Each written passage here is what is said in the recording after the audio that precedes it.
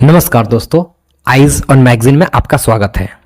आज हम लोग इरुटेरिया करंट अफेयर्स वार्षिकांक 2025 का ऑब्जेक्टिव सीरीज करेंगे। इस ऑब्जेक्टिव सीरीज में ये पहला लेक्चर होगा। इसमें 50 क्वेश्चन होंगे। बारी बारी से हम लोग 50 क्वेश्चन को सॉल्व करेंगे। तो देखते हैं सबसे पहला प्रश्न, किनकी 300वीं जयंती पर प्रधानमंत्री नरेंद्र मोदी द्वारा 300 रुपए का स्मारक सिक्का और डाक टिकट जारी किया गया? तो इसका आंसर हो जाएगा देवी अहिल्याबाई होलकर। अब इनसे रिलेटेड कुछ इंपोर्टेंट फैक्ट्स को देख लेते हैं। 2009 में यूपीएससी के द्वारा एक प्रश्न पूछा गया था, देवी अहिल्याबाई होलकर पुरस्कार किससे संबंधित है? तो इसका आंसर होगा असाधारण साहस और वीरता। ये 2009 में यूपीएससी प्रीलिम्स में ये क्वेश्चन आ चुका है, इसलिए ये इंपोर्टेंट हो जाता है। अब देखते हैं कि देवी अहिल्याबाई होलकर का शासन किस एरिया में था। तो ये मध्य प्रदेश का एक जगह है मालवा, वहां पे इनका शासन था। इनसे रिलेटेड तीसरा फैक्ट जानते हैं। इनको जाना जाता है कुछ मंदिरों के जीर्णोद्धार के लिए, जिसमें सबसे पहला मंदिर और प्रमुख मंदिर आता है काशी विश्वनाथ मंदिर। काशी विश्वनाथ मंदिर। ये हो गया पहला क्वेश्चन कंप्लीट। अब देखते हैं दूसरा नंबर प्रश्न। दूसरा नंबर प्रश्न है, मई 2025 में उल्लास नव भारत साक्षरता कार्यक्रम के तहत किस राज्य ने खुद को पूर्ण साक्षर राज्य घोषित किया है? इसका आंसर हो जाएगा गोवा। अब जान लेते हैं उल्लास नव भारत साक्षरता कार्यक्रम क्या है। भारत सरकार के द्वारा शुरू किया गया उल्लास नव भारत साक्षरता कार्यक्रम एक शिक्षा से संबंधित है, जो 15 वर्ष या 15 वर्ष से अधिक उम्र के जो भी बच्चे अशिक्षित रह गए हैं, उन सारे बच्चों को शिक्षित किया जाएगा। इसको स्टार्ट किया गया है 1 अप्रैल 2022 से लेकर के ये चलेगा 31 मार्च 2027 तक। कब से कब चलेगा ये चलेगा 2022 से 2027 तक। इसके लिए बजट का जो प्रावधान किया गया है, तो टोटल बजट इसमें हो जाएगा 1037.90 करोड़। याद रखना है। इससे संबंधित एक पोर्टल है, उस पोर्टल का नाम याद रख लेना है, दीक्षा पोर्टल। पोर्टल का नाम है दीक्षा पोर्टल। इसमें जो भी बच्चे पढ़ेंगे और साक्षर हो जाएंगे, तो उन बच्चों को एक सर्टिफिकेट दिया जाएगा, और यह सर्टिफिकेट दिया जाएगा NIOS के द्वारा। NIOS के द्वारा। इसका टैगलाइन याद कर लीजिए। टैगलाइन इसका होगा जन जन साक्षर। टैगलाइन क्या होगा? जन जन साक्षर। इससे रिलेटेड एक और फैक्ट देख लेते हैं। राष्ट्रीय साक्षरता सप्ताह कब मनाया जाता है? राष्ट्रीय साक्षरता सप्ताह हर साल में 1 से 8 सितंबर के बीच मनाया जाता है। अब देखते हैं तीसरा नंबर प्रश्न। भारतीय भाषाओं के लिए भारत का पहला स्वदेशी रूप से विकसित AI आधारित multi modal large language model का क्या नाम है? इसका आंसर हो जाएगा भारत जीन। फिर से देख लेते हैं। भारतीय भाषाओं के लिए भारत का पहला स्वदेशी रूप से विकसित AI आधारित multi modal large language model का क्या नाम है? आंसर क्या हो जाएगा? भारत जेन। अब देखते हैं चौथा नंबर प्रश्न। केंद्र सरकार ने जम्मू कश्मीर के किस वन्यजीव अभयारण्य को इको सेंसिटिव जोन के रूप में घोषित किया है?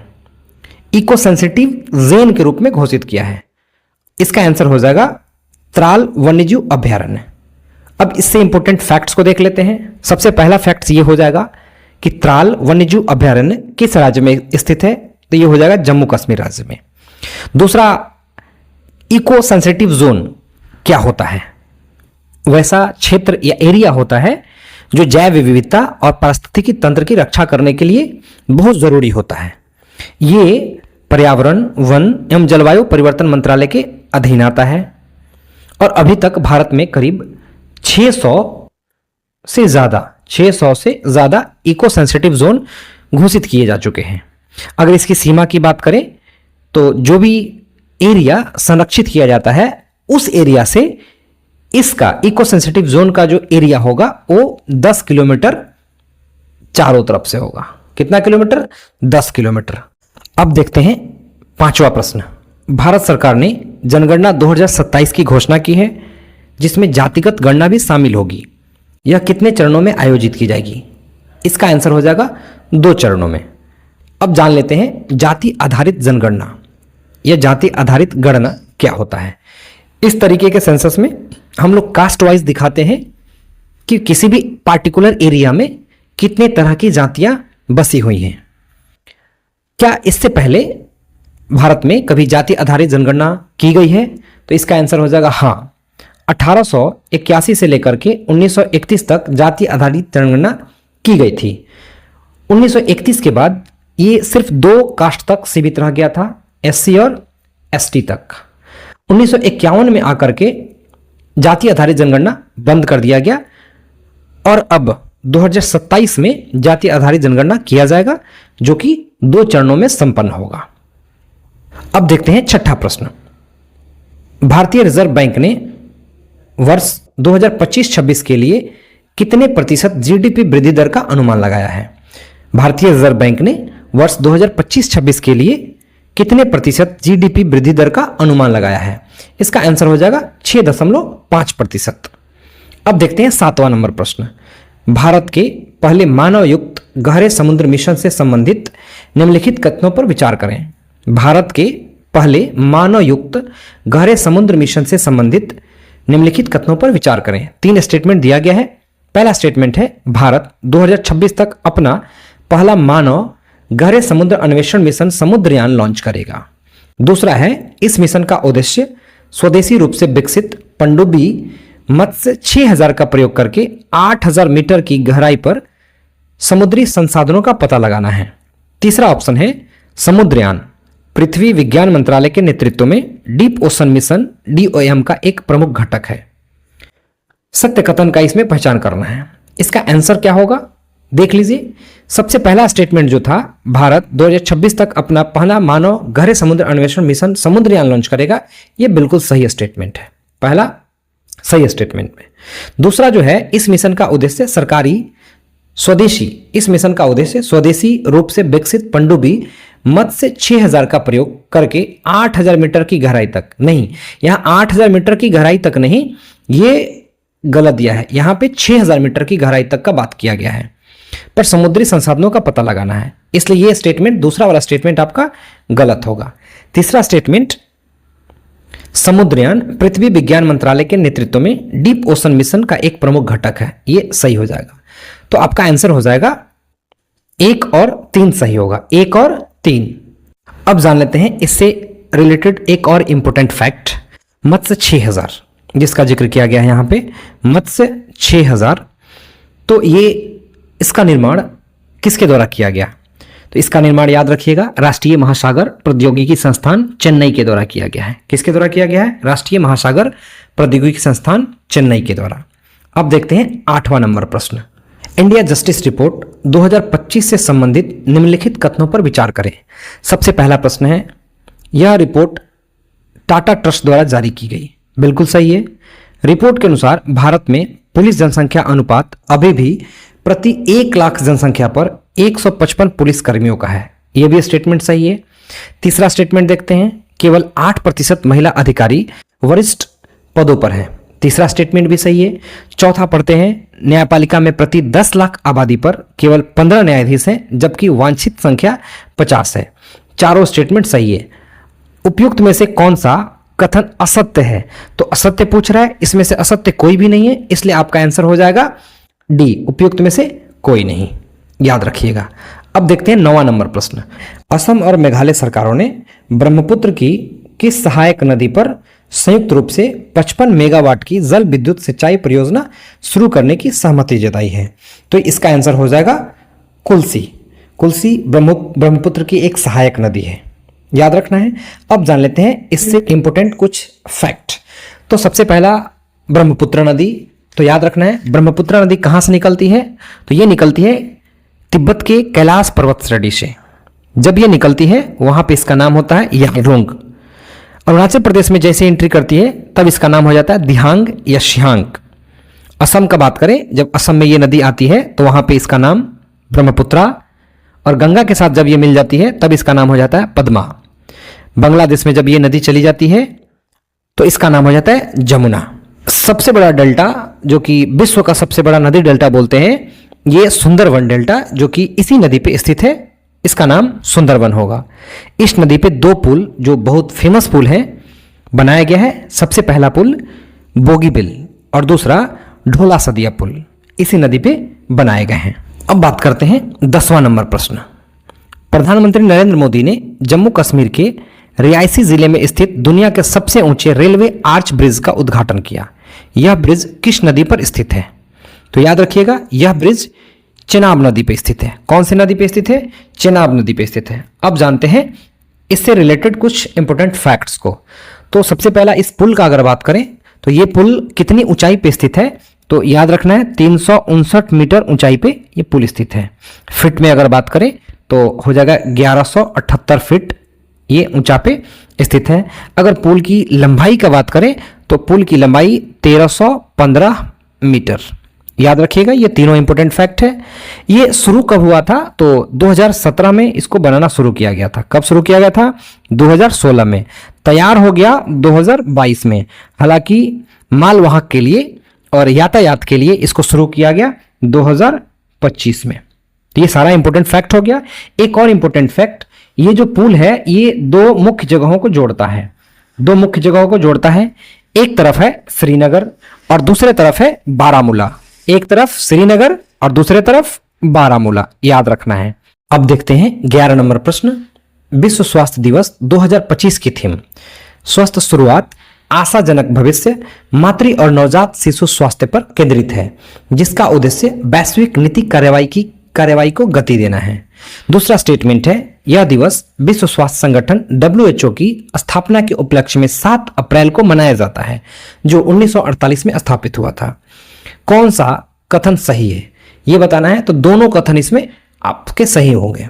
इस प्रकार आंसर आपका हो जाएगा सी, दोनों कथन सही है।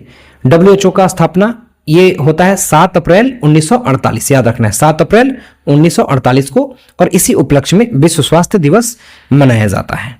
अब देखते हैं 12 नंबर प्रश्न। 12 नंबर प्रश्न है कि किस व्यक्ति ने गुजरात के मोढेरा में लगातार 20,000 बार सूर्य नमस्कार करके विश्व रिकॉर्ड बनाया? कौन ऐसे व्यक्ति हैं जो 20,000 बार लगातार सूर्य नमस्कार करते हैं और वर्ल्ड रिकॉर्ड बना देते हैं? इनका नाम हो जाएगा संदीप आर्या, जो कि हरियाणा के रहने वाले हैं। अब देखते हैं 13 नंबर प्रश्न। किस बैंक ने भारत के शहरी बुनियादी ढांचे को उन्नत करने के लिए 10 अरब डॉलर तक के निवेश करने की घोषणा की है? तो इसका आंसर हो जाएगा एशियाई विकास बैंक। आंसर क्या होगा? एशियाई विकास बैंक। अब देखते हैं 14 नंबर प्रश्न। किस राज्य की 2 आर्द्रभूमियों खीचन और मेनार को आधिकारिक तौर पर रामसर स्थल घोषित किया गया? 2 जगह है, पहला है खीचन, दूसरा है मेनार। ये रामसर स्थल घोषित किए जा चुके हैं। ये दोनों जगह राजस्थान के हैं। कौन सी जगह के हैं? राजस्थान के। अब बात कर लेते हैं रामसर स्थल के बारे में। तो रामसर स्थल कौन सा जगह होता है? रामसर स्थल का मतलब होता है कि वैसा जगह जो आर्द्रभूमि, मतलब जो भूमि जल से अस्थायी या अस्थायी रूप से संतृप्त रहती है और वहां विशेष प्रकार की वनस्पति, जलीय पौधे व जीव जंतु पाए जाते हैं। हालांकि इसका पहचान अगर बात करें तो ये रामसर कन्वेंशन एक होता है 1971 में, तब से इसका पहचान मिलता है। कब होता है? 1971 में। कहाँ होता है? तो याद रखना है ईरान का एक जगह है रामसर। इसीलिए उस जगह के नाम पे जितनी सारी भूमियां होती हैं उसको उसी जगह के नाम से याद किया जाता है, रामसर स्थल या आर्द्र भूमि। 2 फरवरी को आर्द्र भूमि दिवस मनाया जाता है। कब मनाया जाता है? 2 फरवरी को। याद रखना है, भारत में सबसे पहला जगह जिसको आर्द्र भूमि घोषित किया गया वो जगह था चिल्का झील या चिल्का लेक। कब किया गया था? 1981 में। कौन सा? चिल्का लेक, याद रखना है, चिल्का झील। अब देखते हैं 15 नंबर प्रश्न। भारत का कौन सा शहर सबसे अधिक तेंदुओं की संख्या वाला महानगर तथा भारत की तेंदुआ राजधानी बन गई है? भारत का कौन ऐसा शहर है जहां पे सबसे ज्यादा तेंदुओं की संख्या है? तो वो शहर है बेंगलुरु। कौन सा शहर है? बेंगलुरु, याद रखना है। अब देखते हैं 16 नंबर प्रश्न।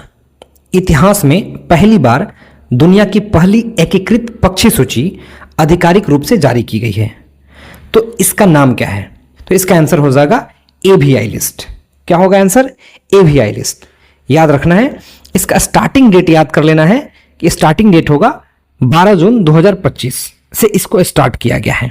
12 जून 2025। अब देखते हैं 17 नंबर क्वेश्चन। विश्व बैंक द्वारा जारी एक रिपोर्ट के अनुसार भारत में वर्ष 2011-12 में गरीबी दर 27.1% से घटकर कितनी प्रतिशत रह गई? गरीबी दर का बात किया जा रहा है कि पहले 2011-12 में 27.1% था, अब कितना प्रतिशत गरीबी रह गया है? तो अब जो है ना 5.3% गरीबी रह गई है, याद रखना है। अब है 18 नंबर प्रश्न। भारतीय रिजर्व बैंक से एनबीएफसी लाइसेंस प्राप्त करने वाली कौन सी कंपनी पहली भारतीय ई कॉमर्स कंपनी बन गई है? तो इसका आंसर हो जाएगा फ्लिपकार्ट। क्या होगा इसका आंसर? फ्लिपकार्ट। 19 नंबर प्रश्न का बात करते हैं। किस राज्य सरकार ने पहली कक्षा से विद्यार्थियों के लिए बुनियादी सैन्य प्रशिक्षण शुरू करने की घोषणा की है? याद रखना है, इसका आंसर हो जाएगा महाराष्ट्र। क्या होगा? महाराष्ट्र। अब देखते हैं 20वां प्रश्न। भारत ने ईरान में फंसे भारतीय छात्रों को वापस लाने के उद्देश्य से किस ऑपरेशन की शुरुआत की? तो ईरान में फंसे, याद रखना है कि ईरान में जो फंसे हुए थे लोग, उनको वापस लाने के लिए भारत सरकार के द्वारा कौन सा ऑपरेशन चलाया गया था? तो इसका आंसर हो जाएगा ऑपरेशन सिंधु। क्या आंसर होगा? ऑपरेशन सिंधु। यह ऑपरेशन 18 जून से 25 जून 2025 तक चलाया गया था। कब से कब तक चलाया गया था? 18 जून से 25 जून 2025 के बीच चलाया गया था। और इसका जो टैगलाइन था, वो टैगलाइन ये है, नो इंडियन लेफ्ट बिहाइंड। क्या था? नो इंडियन लेफ्ट बिहाइंड, याद रखना है। अब देखते हैं 21 नंबर प्रश्न। किस राज्य के प्रसिद्ध भारतीय मादक पेय फेनी को भौगोलिक संकेतक जीआई टैग दिया गया? किस राज्य के प्रसिद्ध भारतीय मादक पेय फेनी को भौगोलिक संकेतक दिया गया है? तो इसका आंसर हो जाएगा गोवा। गोवा का एक मादक पेय पदार्थ है, इसको जीआई टैग दे दिया गया है। इसका नाम याद रखना है, फेनी। अब बात करते हैं 22वां नंबर प्रश्न की। भारत की राष्ट्रपति द्रौपदी मुर्मू की एडीसी नियुक्त होने वाली पहली महिला नौसेना अधिकारी कौन बनी? तो इसका आंसर हो जाएगा लेफ्टिनेंट कमांडर यशस्वी सोलंकी। क्या आंसर होगा? लेफ्टिनेंट कमांडर यशस्वी सोलंकी, याद रखना है। 23वां नंबर प्रश्न देखते हैं। किस राज्य सरकार ने औद्योगिक विकास को बढ़ावा देने के लिए उद्योग क्रांति की शुरुआत की है? किस राज्य सरकार ने औद्योगिक विकास को बढ़ावा देने के लिए उद्योग क्रांति की शुरुआत की है? तो उद्योग क्रांति की शुरुआत कौन सा राज्य किया? पंजाब किया। कौन सा राज्य? पंजाब किया। अब देखते हैं 24वां नंबर प्रश्न। गुजरात के गिफ्ट सिटी में क्वींस यूनिवर्सिटी बेलफास्ट के नए अंतर्राष्ट्रीय परिसर का पहला डीन किसे नियुक्त किया गया है? गुजरात गिफ्ट सिटी में एक यूनिवर्सिटी खोला जा रहा है, उस यूनिवर्सिटी का नाम है क्वींस यूनिवर्सिटी बेलफास्ट, और इसका सबसे पहला डीन जिसको बनाया जाएगा उनका नाम है प्रोफेसर सतीश कुमार। क्या नाम है?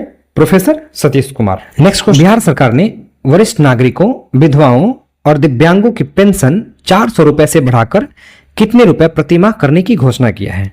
बिहार सरकार के द्वारा अभी हाल ही में 400 रुपया जो पेंशन मिल रहा था उसको बढ़ा करके ये कर दिया गया है 1100 रुपए, याद रखना है। अब देखते हैं 26वां नंबर प्रश्न। अंतर्राष्ट्रीय योग दिवस पर योग नीति लागू करने वाला भारत का पहला राज्य कौन बना? योग नीति लागू करने वाला पहला राज्य कौन बना? तो आंसर हो जाएगा इसका उत्तराखंड। योग नीति किसने लागू किया? उत्तराखंड ने लागू किया। अब देख लेते हैं इससे रिलेटेड कुछ इंपोर्टेंट फैक्ट। तो सबसे पहला ये स्टार्ट कब किया गया? तो यूनाइटेड नेशन में 2014 में, कब? 2014 में प्रस्ताव रखा गया था और ये मनाया जाता है 21 जून को। कब मनाया जाता है? 21 जून को मनाया जाता है, याद रखना है। अब देखते हैं 27वां नंबर प्रश्न। किस राज्य सरकार ने ट्रांस समुदाय को ओबीसी का दर्जा देने तथा आंगनबाड़ी कार्यकर्ताओं के लिए 50% आरक्षण की घोषणा की है? किस राज्य सरकार ने ट्रांस समुदाय को ओबीसी का दर्जा देने तथा आंगनबाड़ी कार्यकर्ताओं के लिए 50% आरक्षण की घोषणा की है? जो हो जाएगा असम सरकार। कौन सा होगा? असम सरकार। 28वां नंबर प्रश्न। हाल ही में जारी एक रिपोर्ट के अनुसार कौन सा देश 2024 में जापान को पीछे छोड़कर दुनिया का सबसे बड़ा ऋणदाता देश बन गया है? इसका आंसर क्या होगा? जर्मनी। मतलब यह हुआ कि सबसे पहले दान देने में सबसे आगे जापान हुआ करता था, हालांकि अब उससे ज्यादा दान जर्मनी देश ने कर दिया है। 29वां नंबर प्रश्न देखते हैं। अंतर्राष्ट्रीय बुकर पुरस्कार 2025 से संबंधित निम्नलिखित कथनों पर विचार करें। अंतर्राष्ट्रीय बुकर पुरस्कार 2025, सबसे पहला स्टेटमेंट है 2025 का अंतर्राष्ट्रीय बुकर पुरस्कार भारतीय लेखिका, अधिवक्ता एवं महिला कार्यकर्ता बानो मुश्ताक को अपनी कहानी संग्रह हार्ट लैम्प के लिए दिया गया। दूसरा स्टेटमेंट है हार्ट लैम्प इस सम्मान से सम्मानित होने वाला पहला तमिल कहानी संग्रह है। यह 15 लघु कहानियों का संग्रह है जिसमें दक्षिण भारत के पितृसत्तात्मक समुदायों में महिलाओं एवं लड़कियों के दैनिक जीवन को दर्शाया गया है। इसमें है सत्य कथन का चयन करना है। पहला स्टेटमेंट है केवल पहला सही है, दूसरा में है कि केवल दूसरा सही है, तीसरा में है 1 और 2 दोनों सही हैं, और तीसरा है कि इनमें से कोई भी सही नहीं है। तो इसमें सबसे पहला वाला स्टेटमेंट आपका सही है और इस प्रकार आंसर हो जाएगा आपका 1। याद रखना है नाम याद रखना है बानो मुश्ताक। क्या याद रखना है? बानो मुश्ताक। अंतर्राष्ट्रीय बुकर पुरस्कार भारतीय लेखिका, अधिवक्ता, महिला कार्यकर्ता जिनका नाम है बानो मुश्ताक, हार्ट लैम्प के लिए। अब 30वां क्वेश्चन देखते हैं। 30वां नंबर क्वेश्चन, यूनेस्को ने किस भारतीय शहर को क्रिएटिव सिटी का गैस्ट्रोनॉमी में नामांकित किया है? याद रखना है। तो ये हो जाएगा आपका आंसर लखनऊ। क्या होगा आंसर? लखनऊ। यूनेस्को ने किस भारतीय शहर को क्रिएटिव सिटी का गैस्ट्रोनॉमी में नामांकित किया? लखनऊ। 31वां नंबर प्रश्न देखते हैं। कौन सी कंपनी माइक्रोसॉफ्ट को पीछे छोड़कर दुनिया की सबसे मूल्यवान कंपनी बन गई? माइक्रोसॉफ्ट पहले मूल्यवान कंपनी थी, उसको छोड़कर के बहुत आगे निकल गई। उस कंपनी का नाम है एनवीडिया। क्या नाम है? एनवीडिया। अब देखते हैं 32वां नंबर प्रश्न। इजराइल ने अपने सैन्य अभियान के तहत ईरान के न्यूक्लियर साइट पर हमला करने के लिए किस ऑपरेशन को चलाया? तो इस ऑपरेशन का नाम हो जाएगा ऑपरेशन राइजिंग लाइन। क्या होगा? Operation rising line. 33वां नंबर प्रश्न। ब्रिटेन की जासूसी एजेंसी MI6, ब्रिटेन की जासूसी एजेंसी ना, इसका नाम क्या है? MI6 की पहली महिला प्रमुख किसे नियुक्त किया गया है? तो पहली महिला प्रमुख जिनको नियुक्त किया गया है उनका नाम है ब्लिज मैट्रेवेली। क्या नाम है? ब्लिज मैट्रेवेली। 34वां प्रश्न। संयुक्त राष्ट्र महासभा ने वर्ष 2026 को कौन सा वर्ष घोषित किया है? संयुक्त राष्ट्र महासभा ने वर्ष 2026 को कौन सा वर्ष घोषित किया है? इसका आंसर हो जाएगा अंतर्राष्ट्रीय महिला किसान वर्ष। आंसर क्या हो जाएगा? अंतर्राष्ट्रीय महिला किसान वर्ष। याद रखना है, इंपॉर्टेंट क्वेश्चन है कि संयुक्त राष्ट्र महासभा ने 2026 के लिए कौन सा वर्ष घोषित किया है? अंतर्राष्ट्रीय महिला किसान वर्ष। 35वां नंबर प्रश्न। सतत विकास लक्ष्य सूचकांक 2025 में भारत को कौन सा स्थान प्राप्त हुआ है? सतत विकास लक्ष्य सूचकांक 2025 में भारत को कौन सा स्थान प्राप्त हुआ है? तो इसमें प्राप्त हुआ है 99वां स्थान। कौन सा स्थान प्राप्त हुआ है? 99वां स्थान। अब बात करते हैं 36वां नंबर प्रश्न की। वैश्विक लैंगिक अंतराल सूचकांक 2025 में शीर्ष स्थान किसे प्राप्त हुआ है? वैश्विक लैंगिक अंतराल सूचकांक 2025, तो इसमें सबसे पहले नंबर पे आया हुआ है आइसलैंड। पहले नंबर पे कौन सा है?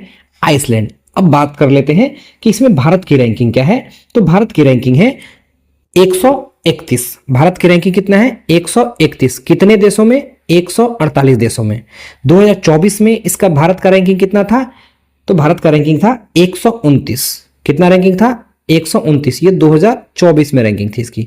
और 2025 में कितनी रैंकिंग हो गई? भारत की 131वां रैंकिंग हो गई। और अभी पूछा जाए कि कुल लैंगिक समानता स्कोर भारत का कितना प्रतिशत है? तो याद रखना है 64.1% है। कितना परसेंट? 64.1%। एक और क्वेश्चन हो सकता है कि वैश्विक लैंगिक अंतराल सूचकांक कौन जारी करता है? तो याद रखना है ये जारी करने वाली संस्था का नाम है वर्ल्ड इकोनॉमिक फोरम। क्या नाम है? World economic forum. अब बात करते हैं 37वें नंबर प्रश्न की। भारत और किस देश के बीच उलान बटोर में नोमैडिक एलिफेंट 2025 के 17वें संस्करण का आयोजन किया गया है? तो ये आयोजन किया गया है मंगोलिया में। कहां पे? मंगोलिया में। याद रखना है। अब देखते हैं 38वां नंबर प्रश्न। अमेरिका ने किस ऑपरेशन के द्वारा ईरान के 3 परमाणु ठिकानों पर हमला किया है? अमेरिका ने किस ऑपरेशन के द्वारा ईरान के तीन परमाणु ठिकानों पर हमला किया है? आंसर हो जाएगा ऑपरेशन मिडनाइट हैमर। क्या आंसर होगा? Operation midnight hammer. 39वां नंबर प्रश्न देखते हैं। आईपीएल मैचों में 300 छक्के लगाने वाले पहले भारतीय बल्लेबाज कौन बने? आईपीएल मैचों में 300 छक्के लगाने वाले पहले भारतीय बल्लेबाज कौन बने? तो ये हो जाएंगे रोहित शर्मा।